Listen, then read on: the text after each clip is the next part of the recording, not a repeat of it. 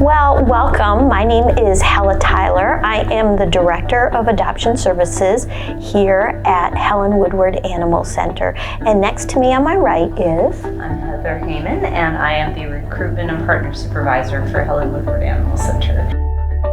We have had an incredible year. It's usually slow, actually, Hella, this time of year, and we have all been floored at just how much need there is, how many adoptions we've been doing. It's amazing. It's amazing. It is. And in January, we saw a 50-year record with over 300 adoptions, which is amazing for this time of year. And we bring in close to 350 pets each month, and a lot of them are needing some medical help, or they're working on becoming their best selves with behavior and things.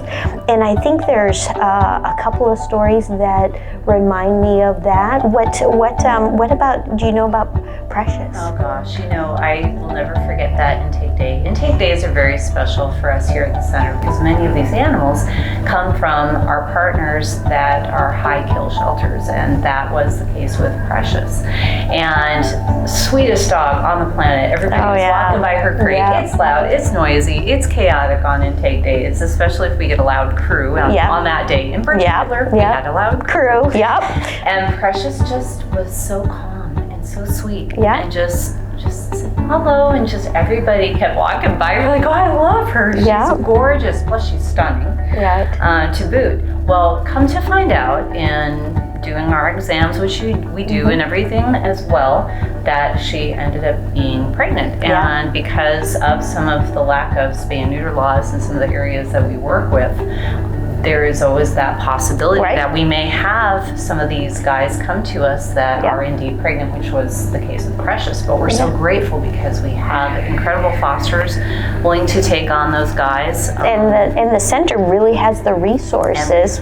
So something like this in an underfunded shelter in Texas or middle of the country, probably this precious soul would have been euthanized because they're just not able to handle a mom and quite frankly puppies in a shelter environment. The disease coming with puppies is really high, and we're just thankful that we can take in these precious lives and save them and find forever homes, and the excitement of that. And it reminds me of a story too of Pete, who came to us in January, and I remember we both got that email from a partner in Texas that let us know that he was on the euthanasia list and that he was used, unfortunately, as target practice in the home that he lived in.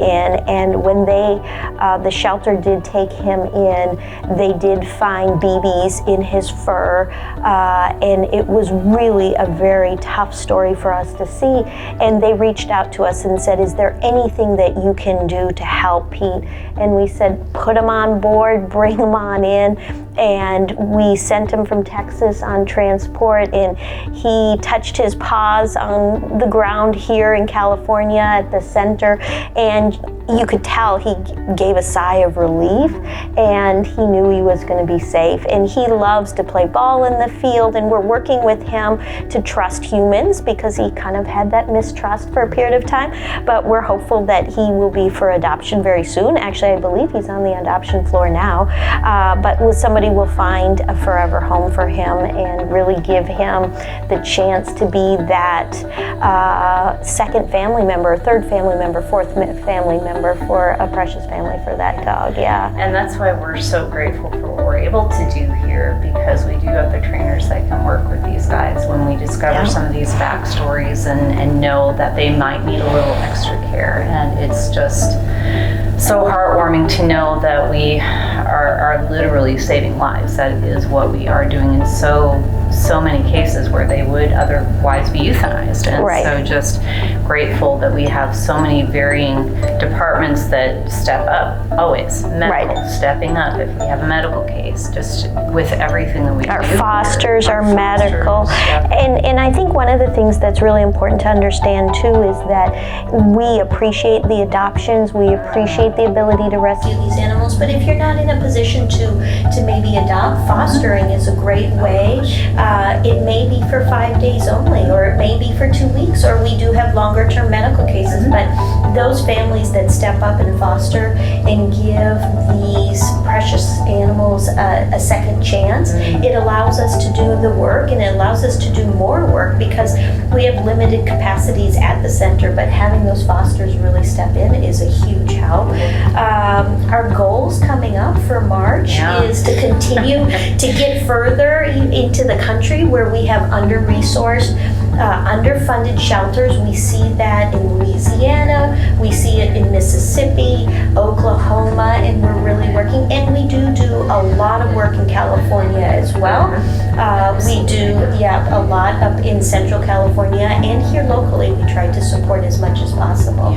So we're going to see some exciting things come on the adoption front, right? Oh yeah. There's so many different things, ways that you can help out in this community, and if it's not adopting an orphan pet or fostering, even volunteering at the center, we have volunteer opportunities, and also if you're not able to do with time, you can also donate with monetarily. So, absolutely, yeah. And one thing that I love and I see so often is how many different ways people do give. And it could be that, their niche, they have just a heart to make sure that there's plenty of food for these guys, or ads, or 100 cases of puppy pads. I mean, we have to say thank you to the community. Yes, thank you. Puppy pads are like diapers for children. Yes. And we have to have those.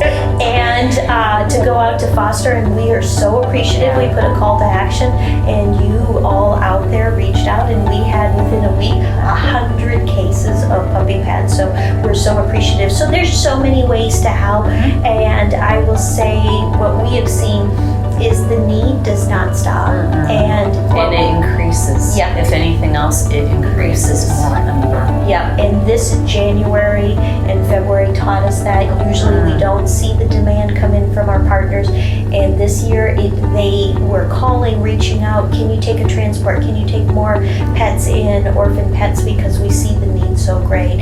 And really the center wants to step up and lean in and do as much work as we can in the community, and we can't do it without the support of our community. Exactly. And I think we have really great strong ties out there. Yes. We We're just so need to continue. Yeah, because it's never ending. So we just are so grateful for all that you do, have done, will do, to help us save lives here and stand in the gap for these guys, because they are so precious, and all we want is to find them the best possible homes and just give them that second chance at life. Yep, and that's all it is. It's just a second chance at life for those that don't have voices. So we're giving the voices to the voiceless.